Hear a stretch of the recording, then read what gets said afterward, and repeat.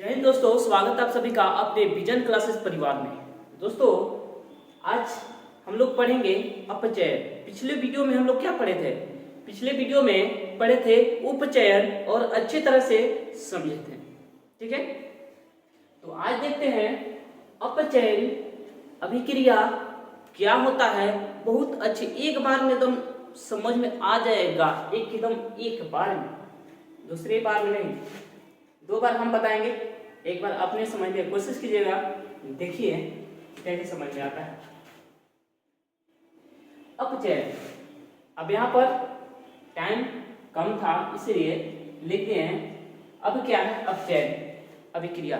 तो अपचयन, ध्यान सुनिएगा बातों का, ठीक है, देखिएगा बोर्ड पर।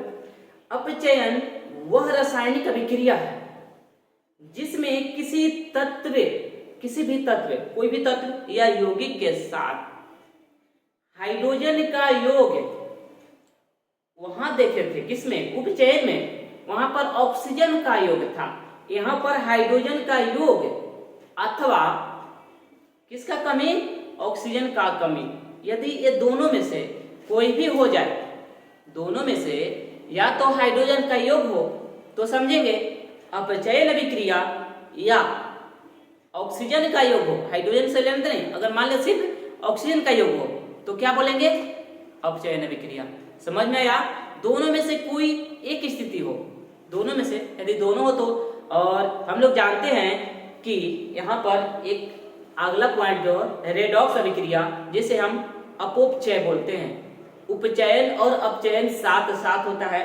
अगले वीडियो में हम लोग समझेंगे उसे अच्छी तरह से, ठीक है। छोटा छोटा करके हम लोग समझेंगे, सिर्फ एक एक पॉइंट करके, ठीक है। बड़ा वीडियो बनाने की कोशिश नहीं कर रहे हैं ताकि आप लोग अच्छी तरह समझ पाए, ठीक है। अब यहाँ पर देखते हैं तो डिफिनेशन क्या है कि किसी तत्व या यौगिक के साथ हाइड्रोजन का योग, ध्यान से, हाइड्रोजन का योग, क्या बोले हैं, हाइड्रोजन का योग। तो सबसे पहले हाइड्रोजन का योग का एग्जाम्पल देखते हैं और समझने की कोशिश करते हैं। तो यहाँ पर देखिएगा, यह रासायनिक समीकरण, रासायनिक समीकरण आप लोग को पता है। तो ये क्या है, रासायनिक समीकरण है, और यहाँ पर हाइड्रोजन है, क्लोरीन है, ये दोनों प्लस के बीच में क्रिया कर रहा है, रिएक्शन हो रहा है।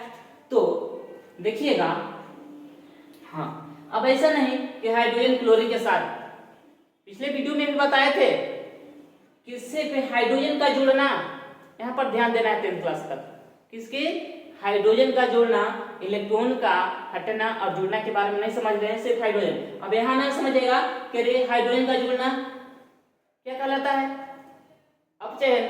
तो क्लोरीन में तो जुड़ रहा है, तो इसका जुड़ना क्या कहलाएगा, कहलाएगा।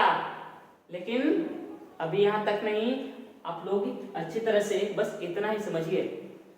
आंख के सामने दिखाई दे कि हाइड्रोजन जुड़ रहा है कि नहीं, दिखाई दे, आप लोग क्या करना है, टिक आउट करते रहे, अपचयन अभिक्रिया, ठीक है, सिर्फ दिखाई दे, ठीक है।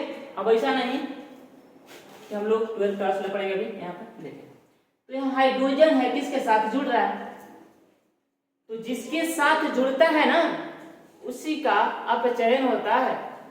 तो क्लोरीन के साथ जुड़ रहा है या जिससे हटता है, यही बताएं। तो यहाँ किसके साथ जुड़ रहा है, क्लोरीन के साथ। तो यहाँ पर अगर बात करते हैं किसका अपचयन हो रहा है, तो क्लोरीन का, किसका, क्लोरीन का अपचयन हो रहा है। और एक और सवाल यहाँ पर उठता है कि किस में हो रहा है, तो यहाँ पर क्या बन रहा है, HCl में हो रहा है। क्लोरीन का उपचयन किस में हो रहा है, HCl में हो रहा है, HCl बन रहा है ना। तो यहाँ पर किसका, क्लोरीन का अपचयन हो रहा है। एक शब्द आता है उपचयित, थोड़ा सा ये भी समझ लेते हैं, ये भी कंफ्यूज हो रहा। अपचयित, उपचयित, एक आता है अपचयित, एक उपचयित, ये दोनों क्या टर्म है, समझने की कोशिश थोड़ा कर लेते हैं पर अभी। तो देखिए उपचयित, देखिए हम लोग धीरे धीरे समझेंगे, धीरे धीरे पढ़ाते हैं हम, और आप लोग भी धीरे धीरे समझिएगा, ठीक है। फास्ट पढ़ाएंगे आप लोग को दिमाग से ऊपर होके निकल जाएगा, इसलिए धीरे धीरे बातों को समझिएगा।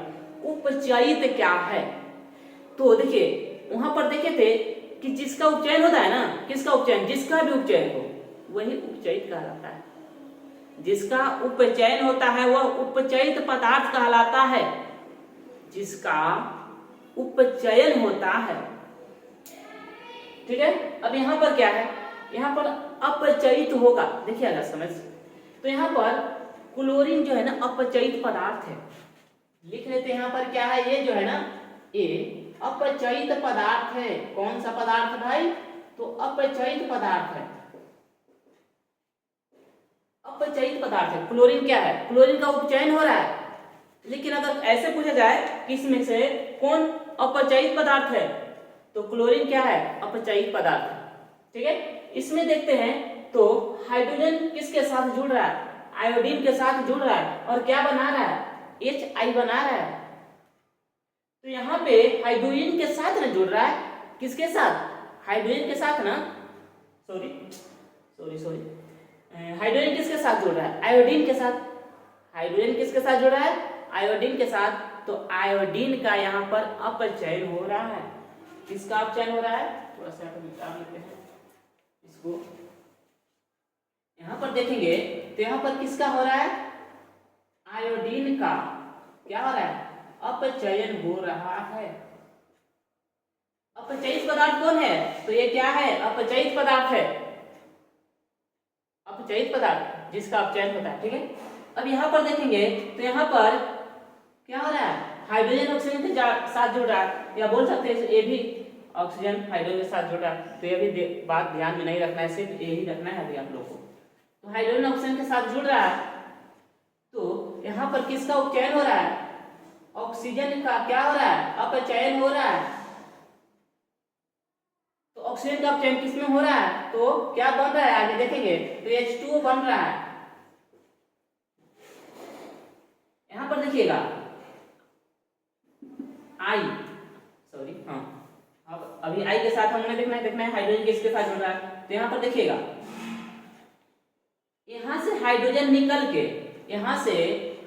निकल के किसके साथ जुड़ रहा है, I के साथ। तो यहाँ पे किसका चयन हो रहा है, तो यहाँ पर देखिएगा H2S का क्या हो रहा है,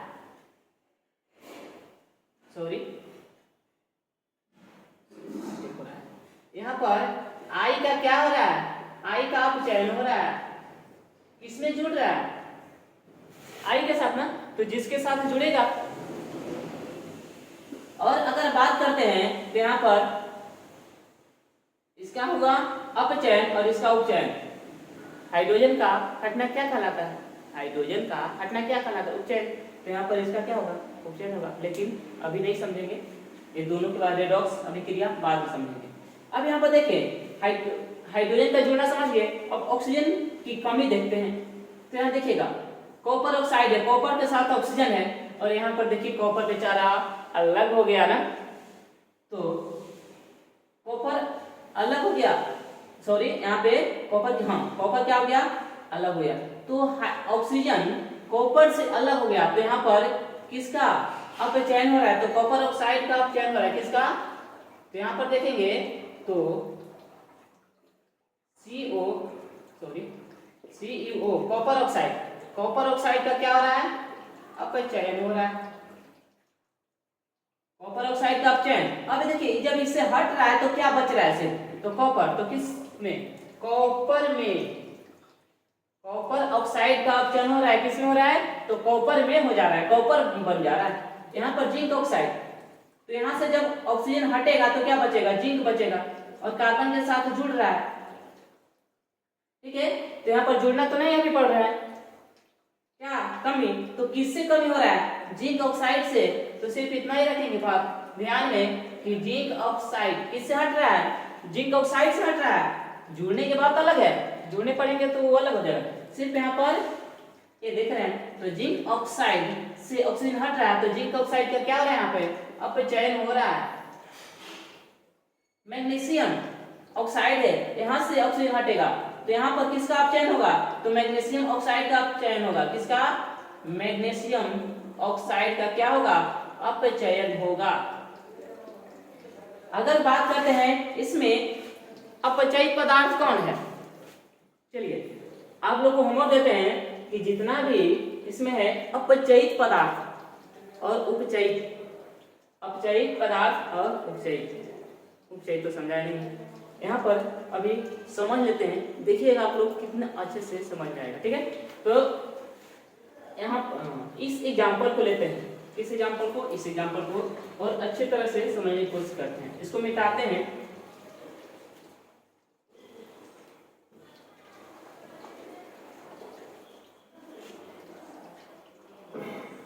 यहाँ पे क्या है, I2 प्लस H2S है। अब देखिएगा यहाँ पर क्या हो रहा था, तो हाइड्रोजन इसके साथ जुड़ रहा था, किसके साथ, इसके साथ जुड़ रहा था ना। तो यहाँ पे आयोडीन का क्या हो रहा है, अपचयन हो रहा है। क्या हो रहा है, आयोडीन का अपचयन हो रहा है। तो यहाँ पे आयोडीन जो है ना अपचयित पदार्थ है। क्या है, अपचयित पदार्थ है। ठीक है, अब देखिएगा हाइड्रोजन का हटना क्या कहलाता है, हाइड्रोजन का जब कमी होता है किसी से तो क्या कहलाता है, उपचयन। तो यहाँ पर देखिएगा H2S से हाइड्रोजन हट रहा है और इसके साथ जाकर जुड़ जा रहा है H2S से। तो यहाँ पर H2S का क्या हो रहा है, उपचयन। जब हाइड्रोजन का कमी तो क्या होता है, उपचयन। और यहाँ पर H2S जो है ना, H2S क्या है, उपचयित पदार्थ है, उपचयित पदार्थ। ठीक है, यहाँ पर H2S। तो ये समीकरण में क्या देख रहे हैं कि एक का उपचयन हो रहा है तो दूसरे का अपचयन हो रहा है। एक का तो किसी भी समीकरण में, किसी भी रासायनिक अभिक्रिया में, बात ध्यान से सुनिएगा और गांठ बांध के याद रख लीजिएगा कि किसी भी अभिक्रिया में जब एक का उपचयन होता है तो दूसरा का अपचयन एकदम फिक्स है। एक का उपचयन तो दूसरा का क्या होता है, अपचयन होता है। तो यहाँ पर एक क्या है, ध्यान से बातों को समझिएगा। यहाँ पे आई के साथ क्या हुआ, आई के साथ हाइड्रोजन जुड़ा, तो हाइड्रोजन का जुड़ना क्या कहलाया, अपचयन। तो यहाँ पर आई क्या है, अपचयित पदार्थ। इसको अच्छी तरह से यहाँ पर लिखते हैं और समझते हैं। ये है अपचयित पदार्थ। ये क्या है, इसको भी थोड़ा सा मिटाते हैं, ऊपर वाला पार्ट को ये मिटाते हैं और समझते हैं। यहाँ पर लिखते हैं ए है, इसका अपचयन हुआ, किसका अपचयन, अपचयन हुआ, अपचयन हुआ। देखिए अपचयित और उपचयित में थोड़ा सा कंफ्यूज होता है, इसलिए अच्छी तरह समझा रहे हैं। अपचयन किसका हुआ, इसका। तो जिसका अपचयन होता है ना वह क्या कहलाता है, अपचयित पदार्थ कहलाता है। तो यह हो गया अपचयित पदार्थ। ये एक साथ रख देते हैं। ठीक है, अपचयन किसका हुआ, आई का। तो आई क्या हो गया, अपचयित पदार्थ। ठीक है, यहाँ पर क्या देखे थे, तो ये क्या है, यहाँ से हाइड्रोजन का हटा, हाइड्रोजन हटा तो उपचयन हुआ। तो किसका उपचयन, इसका हुआ। तो ये हो गया, इसका उपचयन हुआ, इसका हुआ उपचयन हुआ। ठीक है, उपचयन हुआ तो इसका उपचयन हुआ, तो यह उपचयित पदार्थ भी कहलाया, उपचयित पदार्थ भी कहलाया। अब एक टर्म आता है, क्या हम समझा रहे हैं आप लोग को, उपचायक और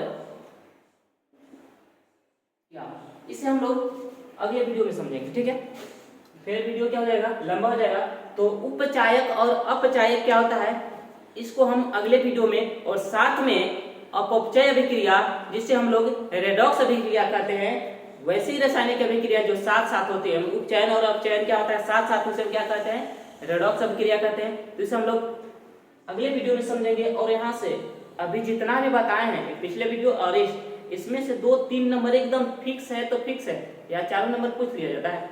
ठीक है, तो आई होप आप लोग को यहाँ तक समझ में आ गया होगा। तो क्या कीजिएगा, बस एक काम लाइक कर दीजिएगा ताकि हमें समझ में आ जाए कि आप लोग को सही समझा पाए हैं। और यदि आप लोग को डाउट होता है तो कॉमेंट बॉक्स बड़ा पड़ा है, करना है, हम समझाने की कोशिश करेंगे। ठीक है, तो जय हिंद, जय भारत।